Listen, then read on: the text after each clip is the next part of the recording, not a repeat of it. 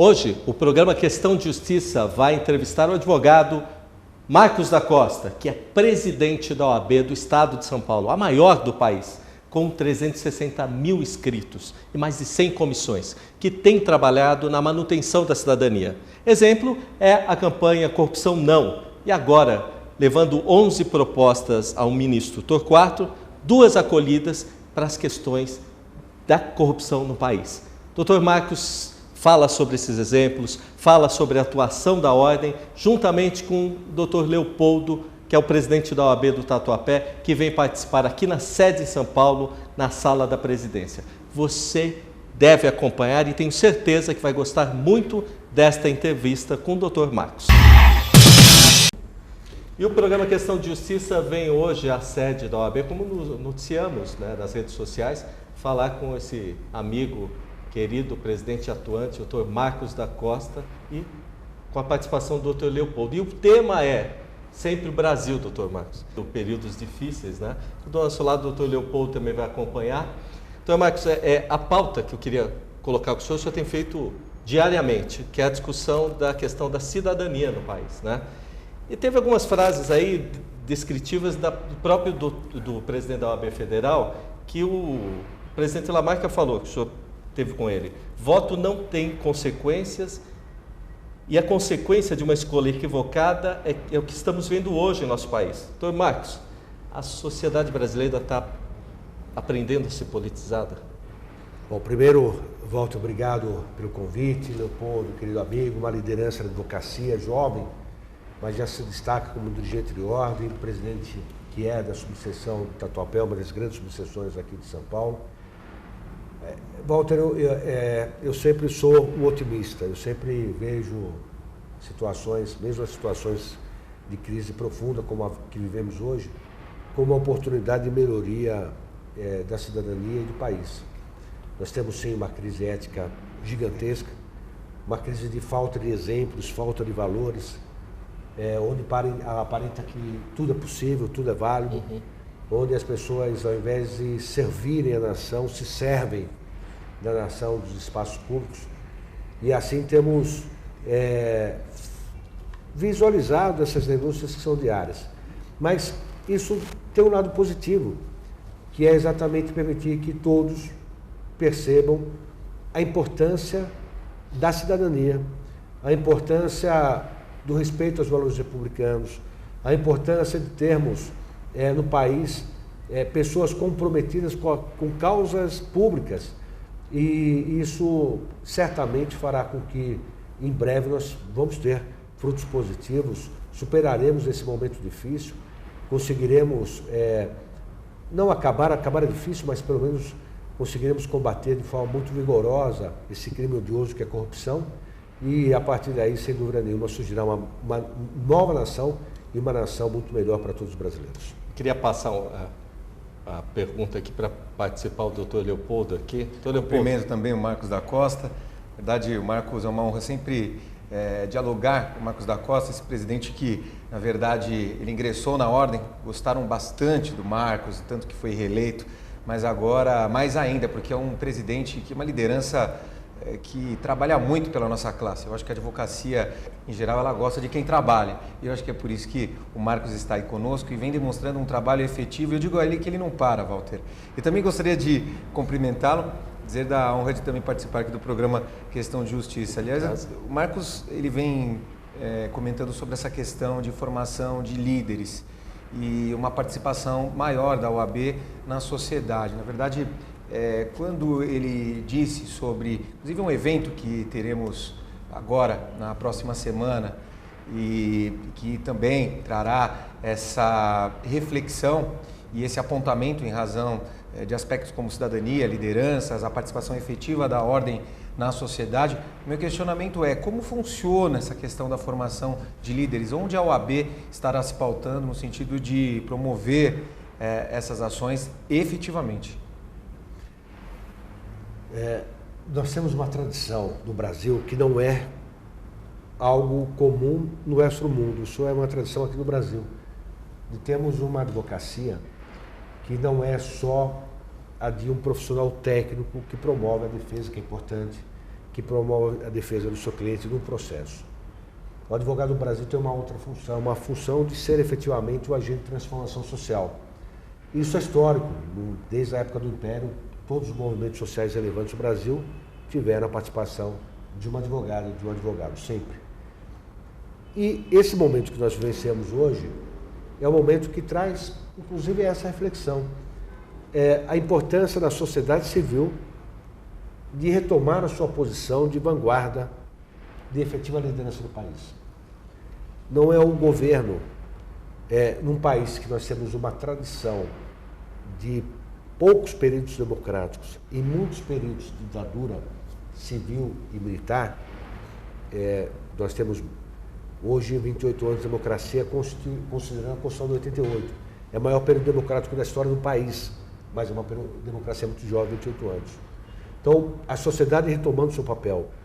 É o Estado que serve a sociedade, não é a sociedade que serve ao Estado. E quando se fala em sociedade, se imagina a advocacia, sem dúvida nenhuma, nós pensamos em grandes lideranças. Nós estaremos completando 100 anos do nascimento do Franco Montoro. Advogado, conselheiro da OAB de São Paulo.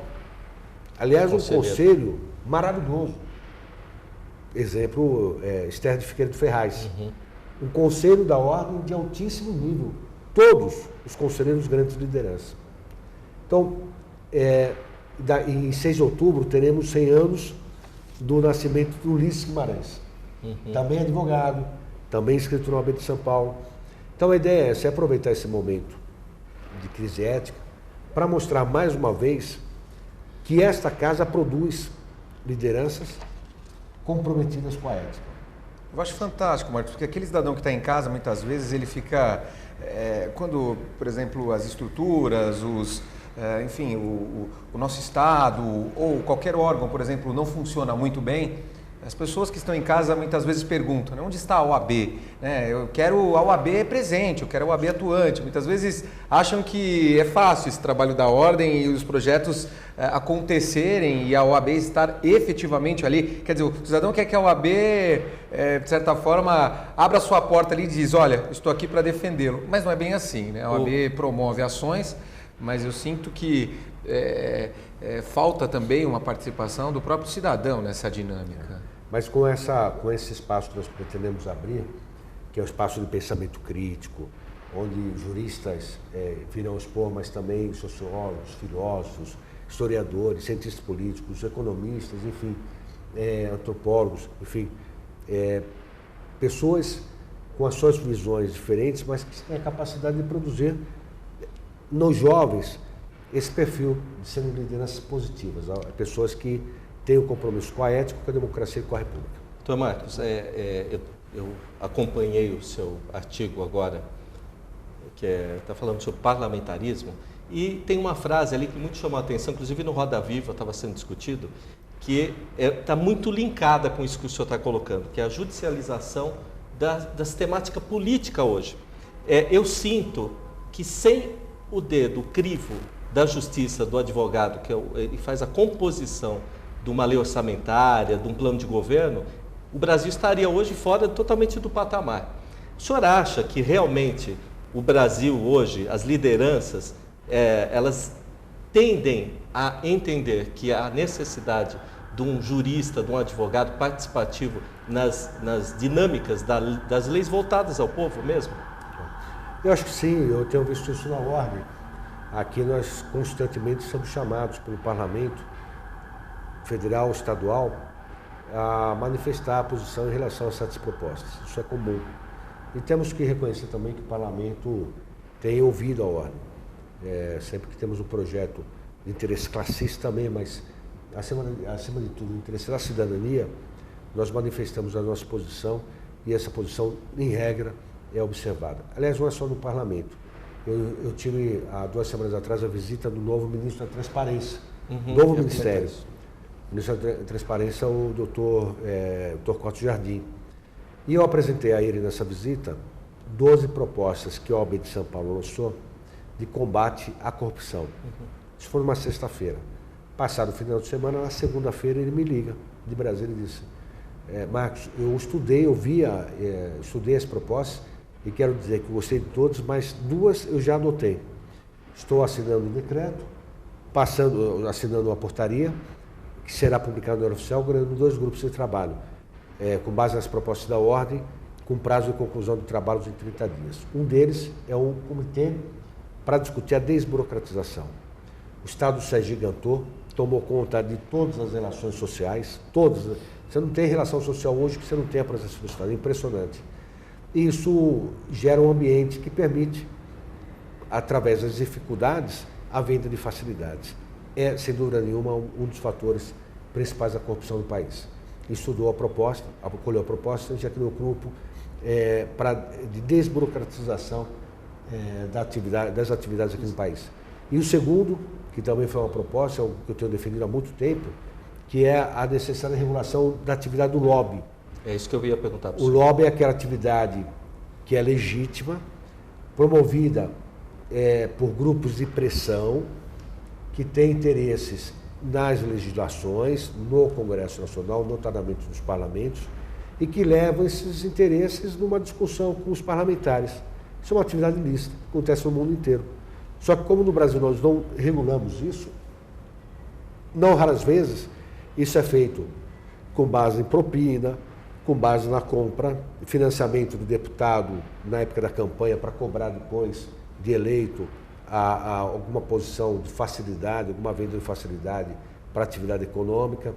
Então, para evitar que isso aconteça, e isso, sem dúvida nenhuma, nós estamos vendo isso com essas operações que diariamente denunciam casos de corrupção, muitas dessas denúncias são exatamente por causa de lobistas. Uhum. E aí ele acolheu a nossa proposta, criou essa comissão e que em 30 dias estará promovendo o encaminhamento do projeto, regulando a atividade de lobby no Brasil. E até felicitar o senhor, porque no dia seguinte ele fez a publicação no Diário Oficial da União. Já na terça-feira já saiu. Eu queria perguntar para o senhor exatamente isso, né? O senhor foi uma presença ativa na questão do pedido de impeachment à presidente Dilma Rousseff, né? Por conta de toda essa questão de falta de diretrizes, né?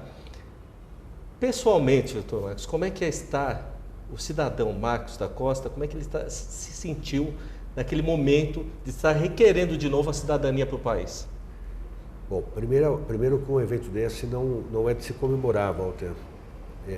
Eu confesso a você que meu sentimento foi de profunda tristeza.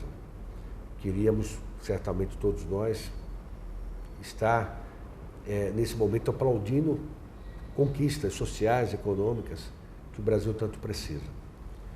Segundo que, ao mesmo tempo, um sentimento de que era absolutamente necessária a realização da justiça.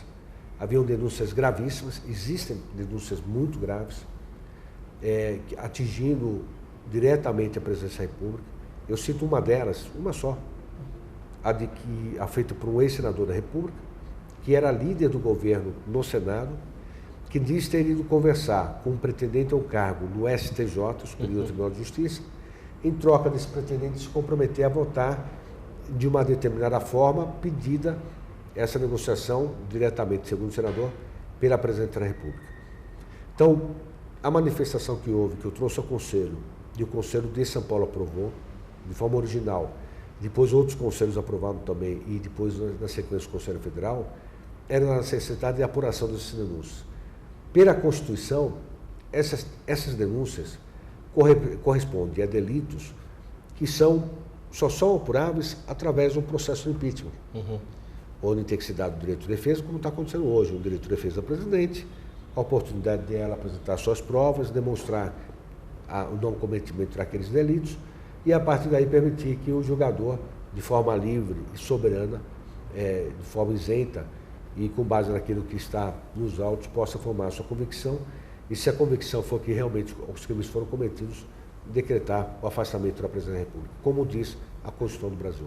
O senhor acha, desculpa, doutor Leopoldo, implementar, mas eu não queria perder o gancho, o senhor acha que o sistema parlamentarista funcionaria de uma forma mais equânime hoje em dia? Porque se percebe, doutor, mas principalmente hoje que o cidadão está acostumado a ver TV Senado, TV Câmara, que é um absurdo, que existe uma falta de conhecimento e uma falta do pregar na legislação. Então, quer dizer, o parlamentarismo ele seria a opção válida para o regramento rápido para essa situação?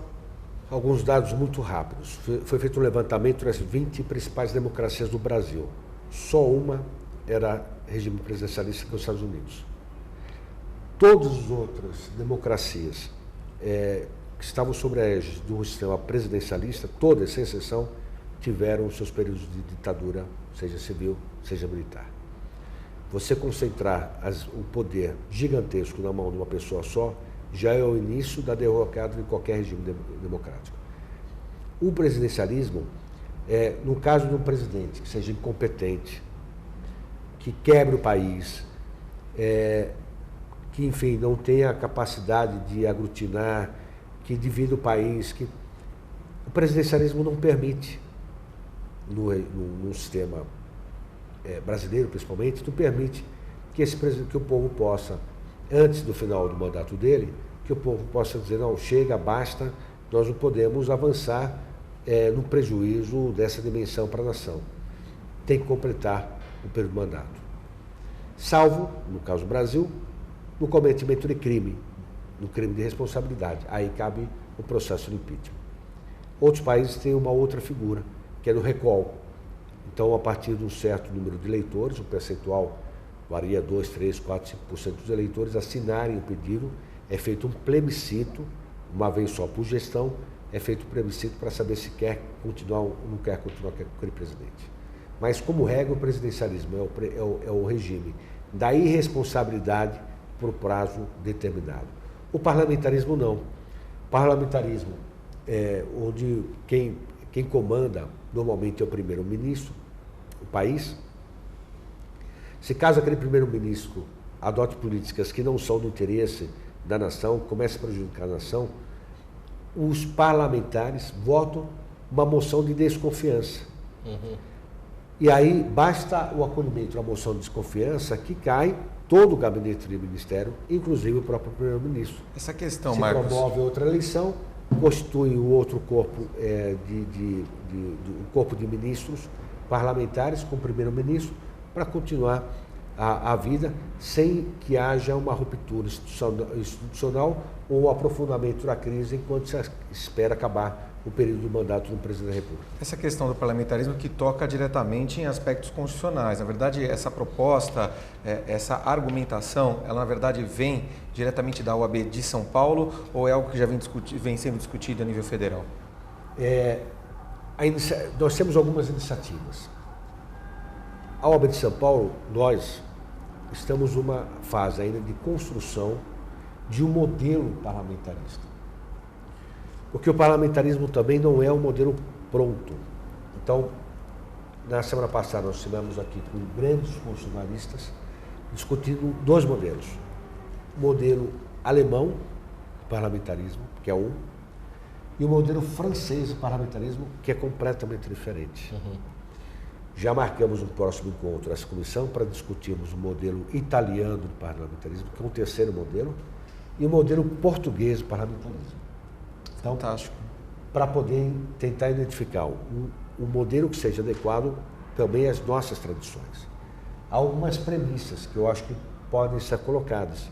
É preciso mudar a forma, o processo eleitoral, é preciso estabelecer o voto distrital, ou seja, aquele voto em que o representante, o deputado, o congressista, o deputado estadual, o deputado federal tem uma base política onde ele tem que prestar contas. Ou seja, uma reforma política, efetivamente. Uma reforma política, efetivamente. A ideia é essa. E aí nós estaremos levando uma proposta, mas construída por grandes pensadores, advogados, e que retratem aí as experiências internacionais, mas à luz da realidade do país. Deixa eu perguntar uma pergunta mais pessoal, né? Mas a Veja da semana passada até aventou a hipótese da Operação Lava Jato começar a ser desmantelada. Quer dizer, desmantelada aspas, o juiz Sérgio Moro termina saindo do processo, né? O senhor que fez uma campanha, que é aquela corrupção não, aqui na OAB, como é que o senhor tem visto, por exemplo, doutor Marcos, agora teve uma operação só da Petrobras, só uma pequenininha, que é pequenininha, uma das menores, 20 bilhões de reais. Se fizer um comparativo com a dívida do Rio de Janeiro, são 16 bilhões que o Rio pasta com 2,9 só para a segurança. Como é que o cidadão Marcos da Costa recebe essas notícias sabendo, parece que o Brasil, se não fosse tanto problema com desvio de dinheiro, a gente seria um país muito rico. É verdade. Então, algumas premissas que nós sempre comentamos, por exemplo, que nós temos, para a educação, nós temos muito dinheiro. Nós temos um comprometimento do orçamento do Estado, dos municípios, do governo federal, que representa um conjunto de dinheiro muito importante, mas que não chega na ponta, não chega na escola. Então, nós sabíamos, o brasileiro sabia que há um custo econômico que vem da corrupção importante. Agora, ninguém imaginava esses números bilionários que envergonham qualquer brasileiro, causam, enfim, revolta, prejudicam a imagem do país no exterior, representa a quebra da principal empresa do país, uma das principais empresas do mundo, que é a Petrobras, e que mostra por que nós não temos a melhor educação, a melhor saúde, a melhor segurança. Então, é revoltante, é decepcionante saber que nós já atingimos esse grau de valores objeto da corrupção. Agora, eu insisto nisso, não há saída e não há também combate, seja esse crime, seja qualquer outro tipo de crime, fora do Estado Democrático de Direito. Então, o sujeito ser objeto de uma denúncia não significa que ele é culpado. Há um processo que deve ser assegurado, a presunção de inocência, o devido processo legal, os recursos inerentes ao devido processo legal, contraditório, capacidade do cidadão produzir provas, o Estado sendo obrigado a provar aquilo que está sendo atribuído a ele, para que o juiz, de uma forma isenta, forme a sua convicção e, a partir da sua convicção, absolva que tem que se absolver e condene, nos termos da lei, aquele que cometeu esse crime tão odioso que é o crime da corrupção. Pontuando, a atitude a continuação do juiz Sérgio Moro, então, é garantida dentro desse Estado, não é, doutor? Agora, deixa eu perguntar uma coisa para o senhor. O presidente interino Michel Temer, ele falou agora, semana passada, acho que foi uma feira de agrobusiness no interior de São Paulo, dizendo que o remédio pode ficar mais amargo. A condição do cidadão, e eu vou fazer duas perguntas, né, integradas. A condição do cidadão amargar mais uma dívida pagando para o Estado, como pagou agora a Previdência, tem pago aí dívidas, reforma da Previdência, mexer agora na situação desse cidadão idoso que estava precisando se aposentar, agora está se mexendo com ele, e as reformas também, inclusive pontuais trabalhistas que o governo está querendo promover. O governo Temer, que é amigo nosso, lá do Instituto dos Advogados, ele, com esses 40 dias, conseguiu dar algum passo rumo a essa democratização, a questão do governo? Como é que o senhor tem visto isso? Mas eu vejo o governo provisório do presidente Michel Temer com uma gigantesca dificuldade até acabar o processo de impeachment. Porque, não tenho dúvida, vão ser necessárias medidas contendo a ânsia, a velocidade do próprio Estado, que também representa um problema político, que é uma estrutura estatal desse tamanho, com esse gigantismo, o número de funcionários públicos que nós temos, qualquer alteração que se faça nas atribuições do Estado também vai ter reação por parte desses servidores. Eu vejo com muita dificuldade a tentativa de qualquer avanço mais significativo antes de concluir o processo de impeachment. Até porque sempre haverá o risco de algum parlamentar mudar o voto porque teve alguma contrariedade de algum interesse pessoal, mesmo que inconfessável. Essa situação, viu, doutor Leopoldo, até depois se o senhor quiser implementar, delação premiada é um remédio ou ele consiste num avanço hoje da promoção da gente poder descobrir o que está acontecendo no país, doutor Marcos? Porque todo mundo está falando, não, está em excesso a delação premiada, está desregrando o que as pessoas estão falando. Às vezes, aí alguns que falam até, isso não é verdade e tal, né? Agora, com esse pacote da corrupção que o senhor tem proposto hoje mesmo, saiu notícia que vai se prorrogar um pouquinho, vai um pouquinho mais lá para frente, que mexeria com as verbas, tão faladas verbas partidárias. Delação premiada, não está sendo um caminho da gente descobrir realmente entre o que o senhor faz, que é o advogado, e a população está hoje descontente com o governo que está acontecendo, e um jeito de promover logo a saída da sujeira debaixo do tapete, doutor? Importante para combate à corrupção e combate a qualquer outro tipo de crime. Agora, é uma ponderação, é um instrumento novo que não faz parte da nossa cultura. Uhum. Isso eu digo para diminuir a importância, não, mas para que a gente possa também ir ao longo da sua aplicação, verificar a sua eficácia de um lado e o eventual excesso que exista para poder conter esse excesso e impedir que esse excesso prejudique o próprio Instituto da Delação. Entendi. Então, cada vez que há aplicação de uma delação, como era nova no Brasil, a gente precisa estudar direitinho. Em sendo feito, vamos continuar. Ah, não, mas aqui houve um excesso. Bom, vamos identificar o excesso, vamos eliminar esse excesso para que o Instituto possa continuar cada vez mais fortalecido em prol da apuração de delitos, mas sempre de olho no Estado Democrático de Direito.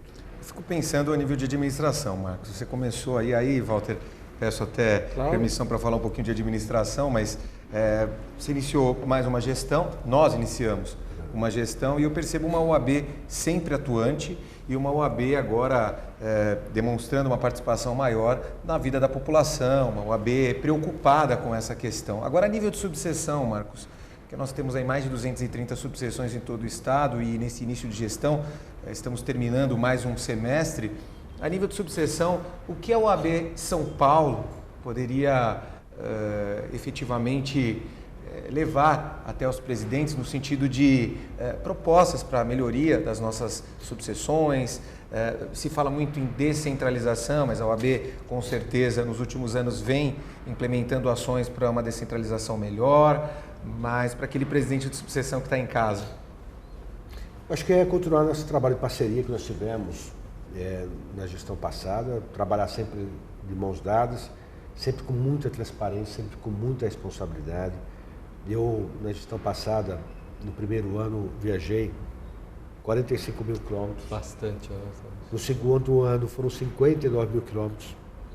No terceiro ano foi um período menor, contra um acidente que fez com que eu tivesse que evitar, até por causa da internação hospitalar, ele me impediu de viajar durante um determinado período. Talvez se você fosse palestrante no nosso departamento de cultura, não viajaria tanto, né, Walter?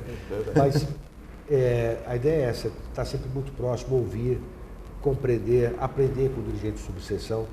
Da diretoria de 5, nós temos 2 ex-presidentes, Caio, que foi presidente da subseção de Bauru, a Gisele, que foi presidente da subseção de Jundiaí, e dialogando sempre, entendendo quais são as preocupações, preocupação com a administração, preocupação com prerrogativas, preocupação com as cobranças que o advogado faz, com o serviço da Caixa, com a questão da ética, e tentar encontrar conjuntamente as soluções. Eu acho que a melhor forma da gente caminhar é nesse sentido, mãos dadas, com muita transparência, muita responsabilidade e muita lealdade. Você sabe disso, porque você também é assim. Críticas, sugestões são sempre muito bem-vindas. E de forma leal, quando há alguma dificuldade em algum avanço, falamos. Com todo respeito, né, a gente percebe que você, quando começou toda essa crise, e você, naquele momento, já correndo também atrás, você, me parece, junto com o Lamarca, foi um dos mais atuantes que teve dos presidentes com relação a todo esse desmando político. E aí, a pergunta que eu ia lhe fazer. Hoje a gente tem a Comissão de Direito Eleitoral, que não sei se é o nome correto, mas que tem discutido as questões eleitorais. O senhor também criou a semana passada a Comissão de Direito Militar, ou deu posse, que também tem discutido, e hoje a questão militar no país tão colocada de lado, posta de lado. Um tema tão esquecido também. Temos a comissão com o doutor Ives Ganda, que discute todas as bases de direito tributário, que sine qua non, é o momento exato para você discutir hoje. Estamos agora marcando a posse da direção da Comissão de Liberdade de Imprensa. liberdade de imprensa. Walter Sereviva Filho, filho do grande Walter Sereviva. Vice-presidente da Bandeirantes. Vice-presidente da Bandeirantes será o presidente. Temos um conjunto de advogados militantes aí na área da imprensa discutindo questões importantes nesse momento. Às vezes a violência vem da autoridade, violência física, violência de constrangimento, às vezes vem da população. Lei Maria da Penha, agora estou discutindo, mandando acho que 11 alternativas, 11 propostas também. Então a vantagem da ordem é essa, nós temos um conjunto grande de grandes advogados que podem dar essa contribuição e a gente dá dando espaço para que eles produzam, e nas nossas subseções também. Com certeza você tem sido um dos mais atuantes, inclusive pelas comissões, né? Porque elas estão discutindo claramente, vinha falando com o doutor Leopoldo, claramente a situação que o país passa hoje, né? Como é que o senhor tem sentido esse advogado que o senhor tem levado ele para cima, mostrado a atuação para ele? Até usando a pergunta do doutor Leopoldo, as subseções, como é que esse advogado tem sentido esse levante do presidente dele? Claro, fazendo elogio ao senhor, né? Mas, claro, pensando no povo brasileiro, porque é clara essa situação. Quando o senhor tem uma comissão que discute a violência contra a mulher, é importante.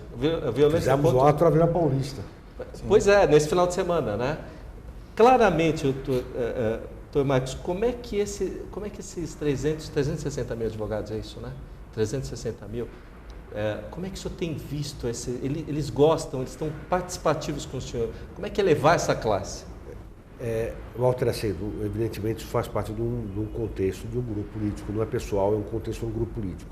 O que posso dizer é o seguinte, essas viagens são contínuas, eu continuo viajando toda semana, eu sempre procuro estar presente e dialogando diretamente com a classe, com os advogados, com advogados. Esse olhar clínico do cidadão, do advogado, do pai, tudo que o senhor tem atravessado nesses 2 anos, o Brasil vai sofrer um pouquinho, mas ele tem jeito, doutor Marcos?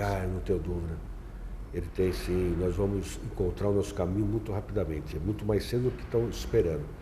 Nós só precisamos de um ajuste econômico, tirar o país dessa crise profunda. Nós temos hoje 12 milhões de empregados, mas nós temos uma capacidade operativa, as nossas fábricas que estão ociosas, mas nós temos uma capacidade de retomada da produção muito rápida. Retomando a produção, retoma o emprego. Para retomar a produção precisa de confiança. Mudando esse cenário e a população tendo mais confiança, o consumidor vai gastar mais. Gastando mais, o empresário também vai investir mais. Isso é um ciclo que não é que é fácil, mas é possível mudar muito rapidamente. Eu acho que mais 1, 2 anos nós mudamos. E com a economia estabilizada, com o emprego retomado, o emprego da dignidade do cidadão, nós vamos rapidamente encontrar o nosso caminho e chegar à construção dessa grande nação que o brasileiro precisa e merece. Doutor Marcos, obrigado. Obrigado, doutor Leopoldo, por deixar suas considerações finais, inclusive para esse evento que vai ter aí no dia 17, não é isso? 16. 16. O evento vai ser dia 16, agora de julho, no sábado, 9 horas da manhã, no Teatro da Federação Comércio, que é uma parceira da nossa FEComércio. Um abraço, aliás, agradecimentos ao Albert Scheiber. Grande advogado, grande pessoa muito querida, Franco Montoro. Justa homenagem. Homenagem dos 100 anos do Franco Montoro. Então, eu acho que nós temos que aproveitar essa vontade do Marcos, essa disponibilidade, a oportunidade que ele vem trazendo para toda a advocacia de ter à frente um presidente que realmente trabalha em prol da nossa classe, e temos que utilizar mesmo a sua garra e a sua determinação, mas de qualquer forma eu acho que enquanto subseção nós temos que multiplicar esse trabalho que a nossa OAB São Paulo vem desenvolvendo. Então, Marcos, mais uma vez eu digo que é um prazer participar aqui, dialogando sobre assuntos da advocacia e todos esses temas, e estarei presente agora no próximo dia 16 com você, apesar que vou até aproveitar o momento aqui, volto a dizer que nós teremos também uma festa julina no próprio dia 16, mas no período da manhã estaremos aqui, convidar toda a advocacia ali da subseção do Tatuapé, toda a advocacia em geral, para participarem lá, juntamente com o nosso presidente e toda a sua diretoria. Então, Marcos, obrigado pelo tempo que o senhor nos concedeu aqui na sede, muito bonita, essa sede nova que o senhor inaugurou aqui, da OAB, essa sala maravilhosa, e colocar-nos sempre à disposição. Somos fãs ardorosos do seu trabalho. Obrigado, é uma honra poder voltar ao seu programa. Fazia um tempo que nós não falávamos. Mas é sempre uma alegria participar desse programa. Aliás, vou fazer um convite, uma penhora de convite, pedindo ao senhor que participe efetivamente como um comandante do programa, a hora que o senhor quiser, por favor. Obrigado, querido. Obrigado, Tomate. O Questão de Justiça vai ficando por aqui. Volta na próxima semana com esse apoio, esse pessoal maravilhoso que é da UAB aqui de São Paulo fazendo cidadania. Obrigado, Tomate. Muito obrigado. Obrigado, Leopoldo.